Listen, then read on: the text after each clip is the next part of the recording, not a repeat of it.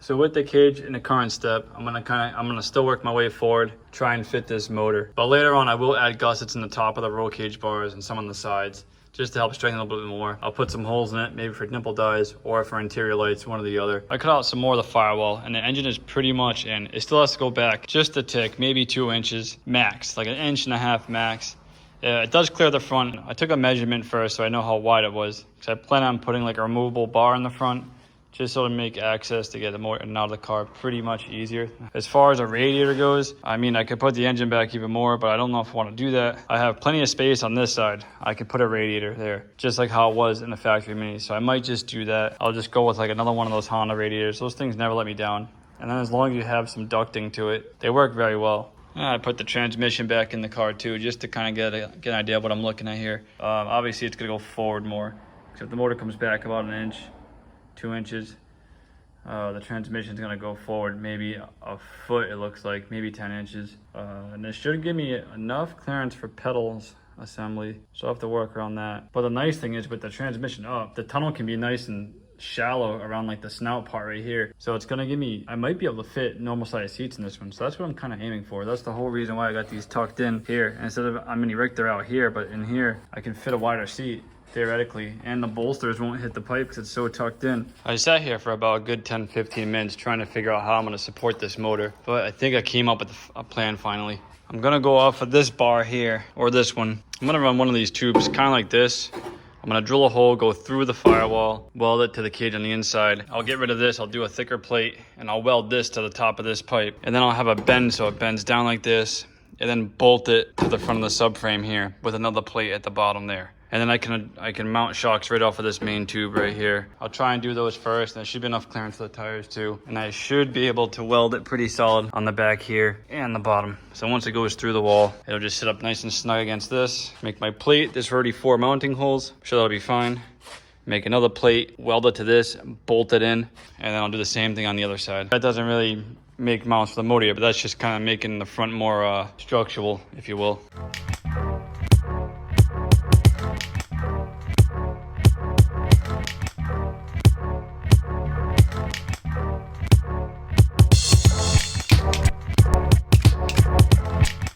All right, quick and easy, got my hole. That fits through there. All right, see the gap I got there? I'm gonna try and put a little bend in this pipe just to snug it up here, and then I'll have it bend through this hole. That way it's nice and, I guess, flush up against whatever's left of this inner wing. I knew just the hole was just a starting point before I'd start to grind out to make it a little bit bigger. But in the end, I got this crazy bent up piece of pipe. It took maybe 2 hours to get this figured out. I kept doing inch by inch, bend by bend.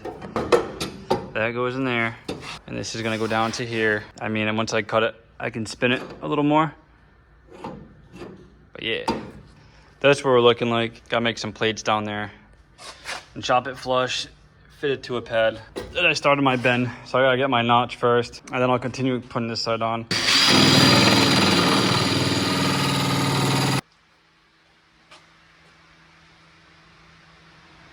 First cut, let's see how I got.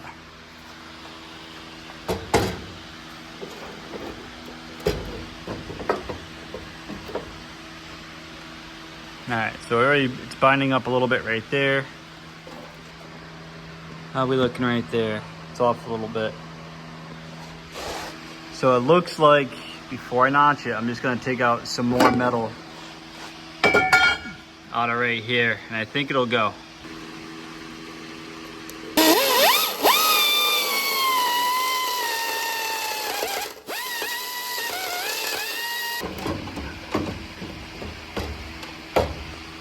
All right, it still looks like it's binding right there at the front. Not so much in the back anymore. And my gap is getting smaller there. How are we looking in here? There's still a little bit of a gap right there in the back. It should close it up though. I'm gonna take out a little bit more metal out of right here and we'll try again. Hole's bigger. Let's see.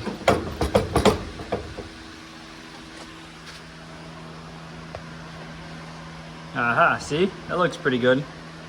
The very front, there's a little gap right up in there. But other than that, it's a good fitment.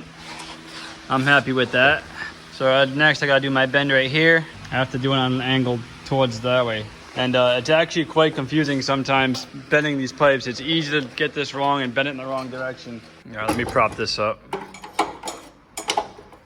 All right, so the way I look at this is next I gotta find out where I wanna start my bend. And generally, I always just kinda do a 1/2 inch or an inch before I wanna start my bend.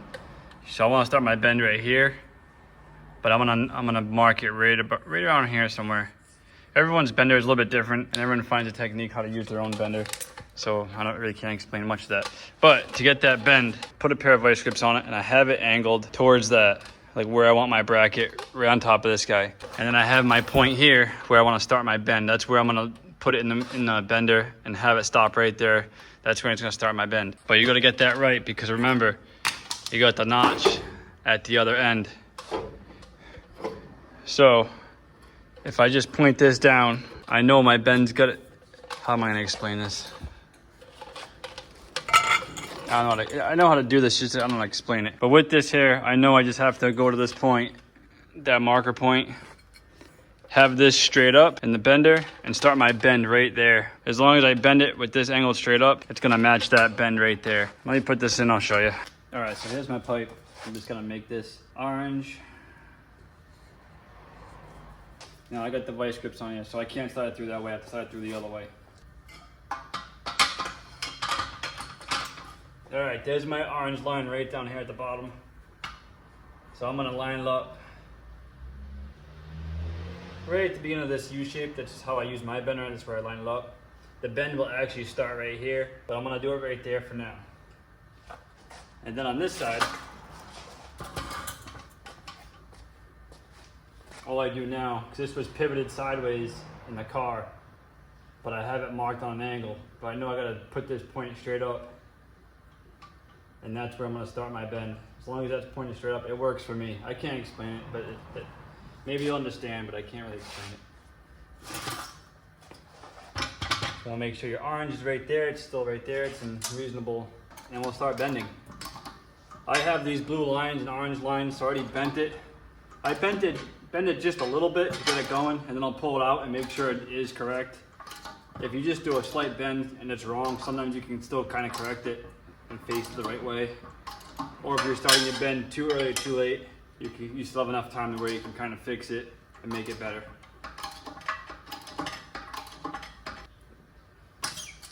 You loosen it and you can pull this out. All right, got it out.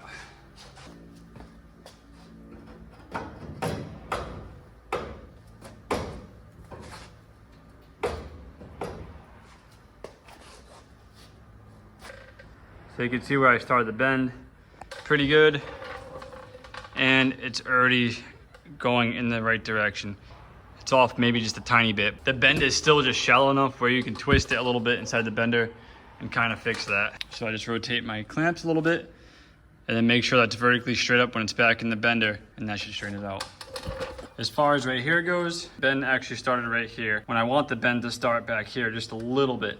Let me go check the other side real quick.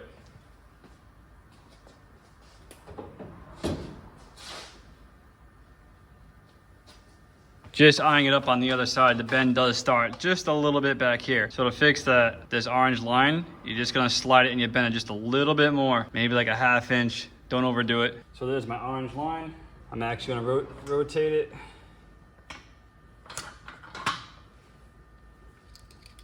I'm gonna start it right there, looks good.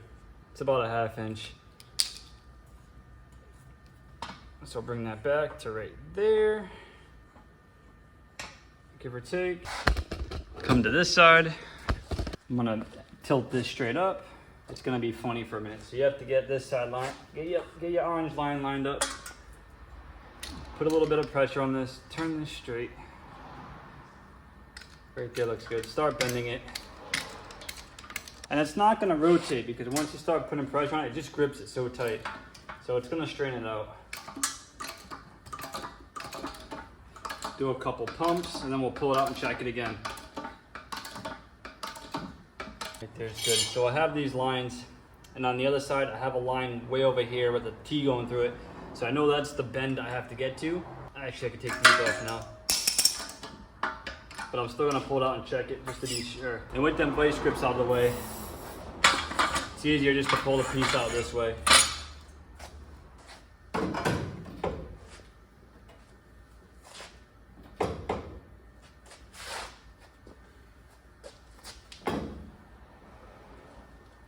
So I'll continue to bend this. I'll get it bent up and I'll show it once it's fully bent. Fitment's looking pretty good. They're just kind of shoved in here with screwdrivers to hold them in place.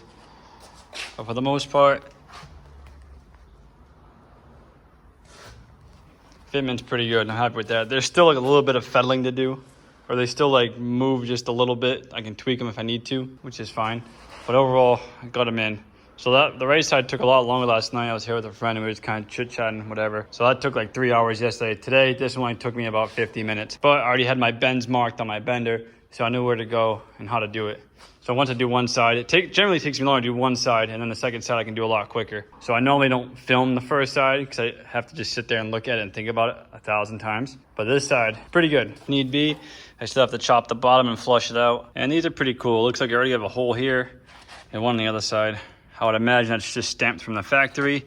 I'll drill another one where this freaking rosette weld is, and one on the other side. And I'll make some plates, and I'll make this bar that goes around the front. But I need to get the front end of the car back on first, which means I gotta pull the motor back out. All right, I got the front end back on. I'm looking at some possibilities how I wanna do this front bar, this front mount. Originally, I wanted to go in here, make a plate, and bolt to the front of this. Could do that.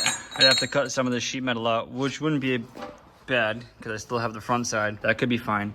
But if I do that, and then do a slight bend, my piece of plate's gonna be too short, and I'm only gonna be able to get one bolt hole on the back side. This front side, I'll never be able to get a bolt in because of the way this pipe is bent. But I could stick one, like if the pipe is right there and went across, I can get a bolt in the front of it, in the plate to bolt it together, but not this back side. I could go into here, or in here, like put a plate here that bolts, and just run it straight across.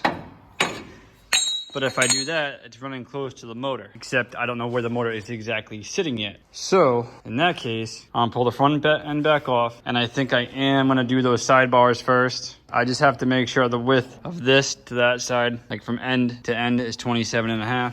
So I can probably just make like a little whatever just to hold it in spot. And then when I weld those bars in and bolt it to the front, just have to make sure it's 27.5. So once that's there, then I guess I could just start hanging the motor, see where it really needs to fit before I do this front mount. Because I don't know how I want to do this yet. And I want it to be strong and sturdy, so I can't just put one bolt on each side, like one bolt there, one in there, just to hold that full front bar. I want at least 2 bolts, like 2 hefty bolts. I mean, I think I can just go right across, but I really need to get the motor in there first and make sure I have enough clearance. All right, I got the front end back off the car. So I'm gonna start making these plates before I can weld on those sidebar piece things. But this is gapped up just a tick over that. So I'm gonna have to get some smaller plates first, weld them in, grind them back flush, and then I can put a plate on top. So let me get these cut and welded in real quick. Easy enough.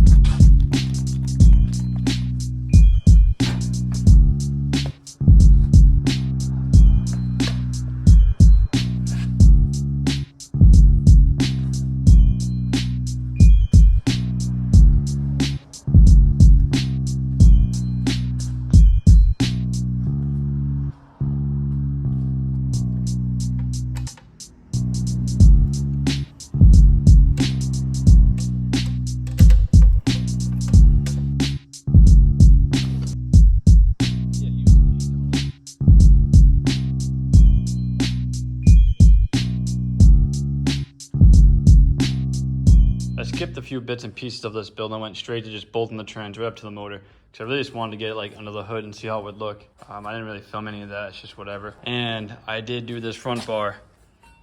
I'll bolt this in 1 second. So the way I did this, I ended up just welding a piece of metal bent. It's got these captive nuts inside, and it's just welded here. I'm gonna leave these bolted for now, but I think in due time, I'll clean it up, I'll cut whatever I don't need off the rest of the subframe. And once I put it back in, I'll bolt it and I'll chop it and I'll fully weld this in. I'll do a weld down here and on the side. I don't think the front subframe is gonna have to be removable. As long as this front piece is off, I can slide this motor in and out of the car. And this is my front bar.